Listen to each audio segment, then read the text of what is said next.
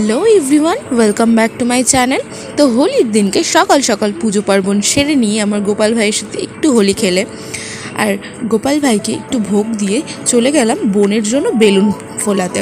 আর এই হলো সেই বেলুন ফোলানোর সময়। বেলুন ফোলাতে ছোটোবেলা থেকেই খুব ভালো লাগে, বিশেষ করে যার মধ্যে রং থাকে।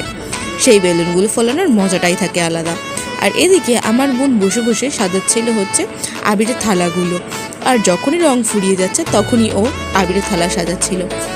আর এদিকে হোলি খেলা সবে শুরু হয়েছে, আর এখানে এসে তার মধ্যে আমার বন্ধু বান্ধবরা আমাকে ভূত বানিয়ে দিয়ে চলে গেছে। আর খুব হোলি খেলার পর আমাদের বাড়ির উঠোনটা ছিল কিছুটা এরকম দেখতে।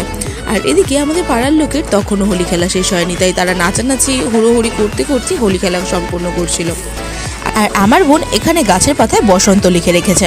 আর তারপরে কাকুদের নাচানাচি আনন্দ মজা দেখতে দেখতে আমরা খাওয়া দাওয়া করতে বসে পড়লাম। তো এইভাবেই চলে গেল আমাদের বসন্ত উৎসব, দোল খেলা।